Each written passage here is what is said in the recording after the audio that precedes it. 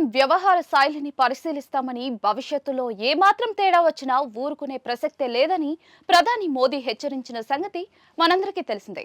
జాతిని ఉద్దేశించి మోదీ చేసిన ప్రసంగాన్ని విమర్శించినప్పటికీ కూడా కాల్పుల విరమణ ఒప్పందానికి కట్టుబడి ఉంటామని పాకిస్తాన్ పేర్కొంది. ఉద్రిక్తతల తగ్గింపు, ప్రాంతీయ స్థిరత్వం కోసం అవసరమైన చర్యలు తీసుకుంటామని వెల్లడించింది. ఆపరేషన్ సింధూర్ తర్వాత జాతిని ఉద్దేశించి తొలిసారిగా ప్రసంగించిన మోదీ పాకిస్తాన్ తీరుపై నిప్పులు చెరిగారు.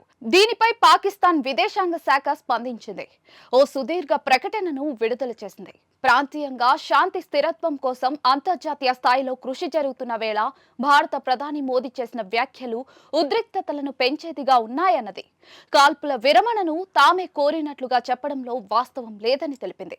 భారత్ చర్యలు ఈ ప్రాంతం మొత్తాన్ని ప్రమాదంలో పడేసేలా ఉన్నాయని వ్యాఖ్యానించింది. మరోవైపు ఉగ్రవాదం, వాణిజ్యం, ఉగ్రవాదం చర్చలు ఒకేసారి సాధ్యం కావని ప్రధాని మోదీ తన ప్రసంగంలో పేర్కొన్న సంగతి తెలిసిందే.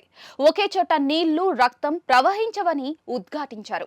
అణుబాంబు బెదిరింపులను భారత్ సహించదని, ఈ ముసుగులో విజృంభిస్తున్న ఉగ్రవాద స్థావరాలపై ఖచ్చితమైన, నిర్ణయాత్మకమైన దాడి చేస్తుందని హెచ్చరించారు.